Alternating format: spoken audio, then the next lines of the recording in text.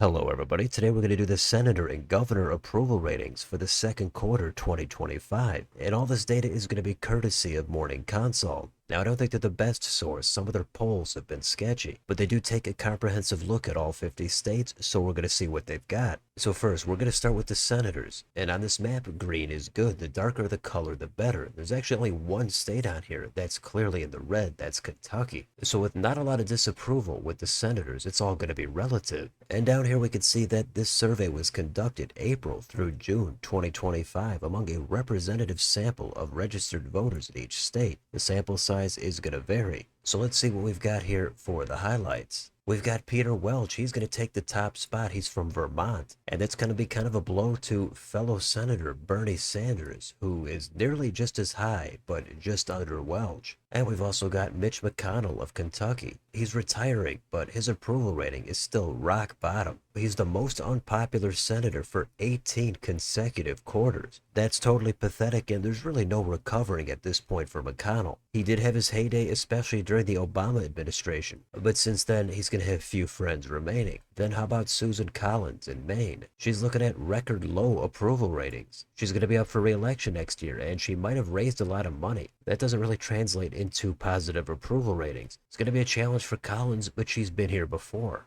And then finally, we've got John Fetterman. He's the only Democrat facing a base revolt, and Fetterman has been on a wild ride. It seemed like he was coming in as a more progressive senator. He suffered that stroke. He was on his way to recovery. But then there were a few times it looked like he supported some things in the Trump administration, and he wasn't just unanimously opposed to everything. So a bit of an independent streak there. Republicans are going to like to see that, but his own base, the Democrats, they're going to be looking for more opposition, and they're not seeing it a ton in Fetterman. So a weird political journey there for Fetterman in a short time. We'll look a little bit more of that in a few minutes. Let's go down here and look at the most popular senators. So again, we've got both senators from Vermont here, Peter Welch and Bernie Sanders, both at 65%. Sanders' disapproval is just a few points higher. Coming in third place is Brian Schatz in Hawaii. Now we've got John Barrasso in Wyoming, then Chris Coons in Delaware, Chris Murphy in Connecticut, then both senators in South Dakota. Usually in less populated states, you're going to see higher approval ratings. So all of these close to 60% or higher with not a lot of disapproval. The middle of the pack is not really all that juicy. So let's go down to the bottom, take a look at the most unpopular. There we have Mitch McConnell, only 30% approve, 59 disapprove. Then there's a gap. Then we've got Susan Collins at 38 and 54. Now after those two, we're looking at Ron Johnson and Joni Ernst. Those are the only ones technically underwater here. After that, Deb Fischer, who just won re-election in 24. She's even at 43-43. Even the legendary Chuck Grassley in Iowa, he's also even at just 42-42. After that, you've got Lindsey Graham, Ted Cruz, Tim Sheehy, and Tammy Baldwin. That rounds out the list of the most unpopular. But on a glance, these ratings don't look terrible. Lindsey Graham is 5 points above. Tammy Baldwin is 10. So it's tough to actually be unpopular as a senator. But relatively speaking, these are the worst, although nobody really comes close to McConnell. So down here, they pretty much sum up what we just said. And then down here, there's a drop-down box, and we can actually click on it and take a look at any senator. So we're obviously not going to look through all these, but we could take a look at John Fetterman here. When he came into office in January of 23, he was only a little bit above water. Then it widened up a little bit at the end of last year. Then it narrowed slightly. Then it widened up again at the beginning of this year. He was 15 points above, and that was a high for Fetterman. Now it's dipped down here to 48-38. Still 10 points above. A lot of people probably not so sure where Fetterman stands anymore. There's a little bit more here on Fetterman, but first let's see what they've got at the end. We've got Deb Fischer seeing a slight uptick in sentiment, but again, she just won re-election. Doesn't really matter what her approval rating is. How about John Ossoff in Georgia? He is up for re-election next year, but he's looking pretty good here. 53 approve. That's up 1 point, and 32 disapprove. That is up a couple of points, but overall, not bad at all there for Ossoff.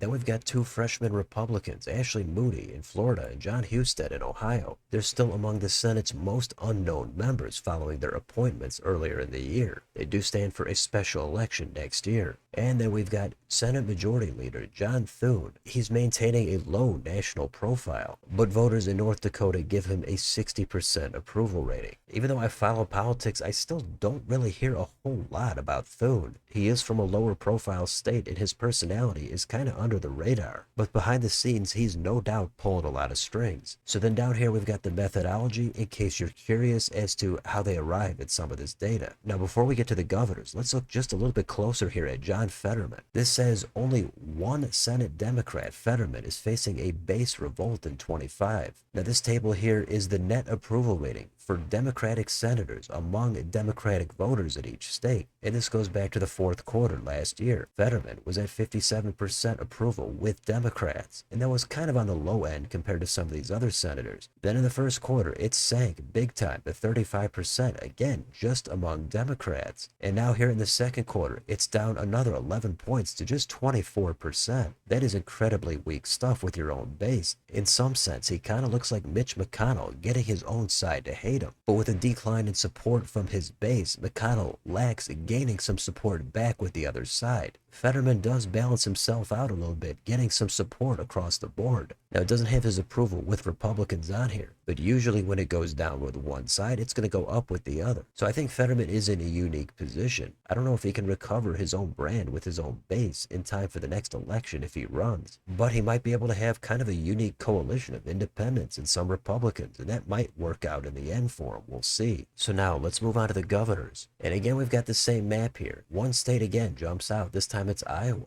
Kim Reynolds underwater by 7. Now, in previous videos, I also always mention, take a look at other sources. Sometimes you get a poll from a local university or media outlet that might be more valuable than this broad look here from Morning Consult. But let's go down here and see what the key takeaways are. We've got Phil Scott in Vermont. If you've seen my previous videos, you know all about Phil Scott. He's the most popular governor, 12 quarters in a row. He's at 72%. Vermont is a unique state in terms of really liking its elected officials, and that crosses party lines. We've got Republican Phil Scott for governor, Independent Bernie Sanders, and Democrat Peter Welch. Of course, Scott is considered a liberal Republican, but that goes to show you the party label doesn't matter as much as you might think. Then we've got Kim Reynolds. She's the most unpopular governor, 6 quarters in a row. But Reynolds now is not seeking re-election, so that puts the Republicans in a better position to hold the governor's mansion there when the election rolls around next year. And then they mentioned Janet Mills here in Maine. She is term limited, but it also looks like she's the most unpopular Democrat in the country, and the only one to actually lose popularity since the last quarter of 24. So that's interesting stuff. There's a chance she tries to challenge Susan Collins for the Senate. Let's go down here and take a look at the full table. Here we've got the most popular. After Phil Scott, we've got Kelly Armstrong in North Dakota. Then Andy Beshear still maintains his popularity in Kentucky. Then it's Mark Gordon in Wyoming, Josh Green in Hawaii, and Ned Lamont in Connecticut. Also over 60%, we've got Brian Kemp, Kay Ivey, Josh Shapiro, Laura Kelly, and Wes Moore. All of these governors, stellar approval ratings, and they would be tough to beat if they were up for re-election. A few of them are, but a bunch of them are going to be out of office. So what about on the other end? Who do voters despise? Well, we've got Kim Reynolds there at 42 to 49. She's the only one technically underwater. Even Janet Mills, she's at 49 approve, 46 disapprove. Coming into third place is Tim Walz. He's at 54 and 41, but that is a 13% net approval rating. The reason he's in third, I guess, is because of this 41% disapproval. That is higher than the others. In fourth place, you've got Dan McKee in Rhode Island at 45 approve, 40 disapprove. A big 14% don't know or have no opinion. Now, I've seen McKee in other polls have absolutely despicable approval ratings. I think I've seen him only in the 20s. So here he's in the mid-40s and 5 points above water. He doesn't look too terrible. He might be running for re-election, and that could be a tough road for him. But this list of unpopular includes some big-name governors. After that, we've got Greg Abbott, then Gavin Newsom, Tate Reeves, Kevin Stitt, Kathy Hochul, and Ron DeSantis. All of them apparently the most unpopular, but many of them still at least 10 points above water. So it all depends on how you want to look at it. The other governors are going to be somewhere in between, but it's not really all that notable outside of the two extremes. Down here, it says Iowa's Kim Reynolds is joined by 3 incumbents running for re-election in 26. That's Kathy Hochul, Dan McKee, and Greg Abbott. In Kentucky, Andy Beshear is the most popular Democratic governor. If he was able to run for a third term, I would guess he'd be fairly likely to win yet again. Even though he's popular here, I don't think he would be be able to win if he ran in the Senate, but we all know he might be trying to run for president instead. Then down here, it's going to be the drop-down box of all 50 governors. Again, here's Kim Reynolds. She was never really all that popular, even though when she ran for re-election in 2022, she won by a huge landslide. It's only fairly recently that she's been clearly underwater. But even so, relatively speaking, all the other governors